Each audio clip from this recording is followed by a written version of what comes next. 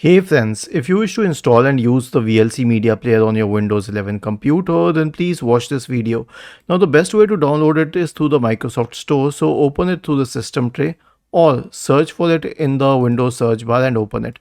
Then search for VLC and then click on VLC here and then click on the install button. But here's the thing, what if you tried downloading it from the website? So let's search for VLC, let's go to its official website. Let's try downloading it and we get can't reach this page because it is banned in many countries including India.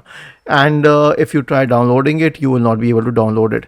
So the other option is that you can download it from third-party websites like Softonic and this TechSpot and all. And I strongly recommend against this because they are going to push malware and third-party browsers and those browser hijacking plugins and all that crap. So I will suggest downloading it from the Microsoft Store and installing it on your system. Simply click on install and it's installed.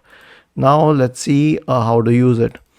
So open the VLC media player, and once you open the VLC media player, you will be able to play any video. And here's a better way to organize it. So let us say I need to play this video in the VLC media player.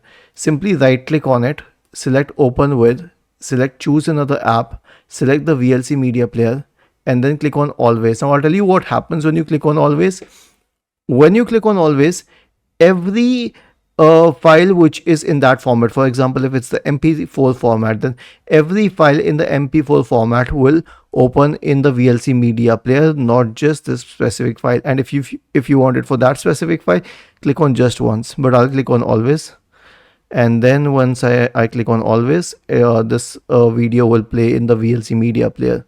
Was this helpful? If yes, then please subscribe to the channel, and if not, then let us know in the comment section of this video on how we could help you further. Thank you for watching this video and have a nice day.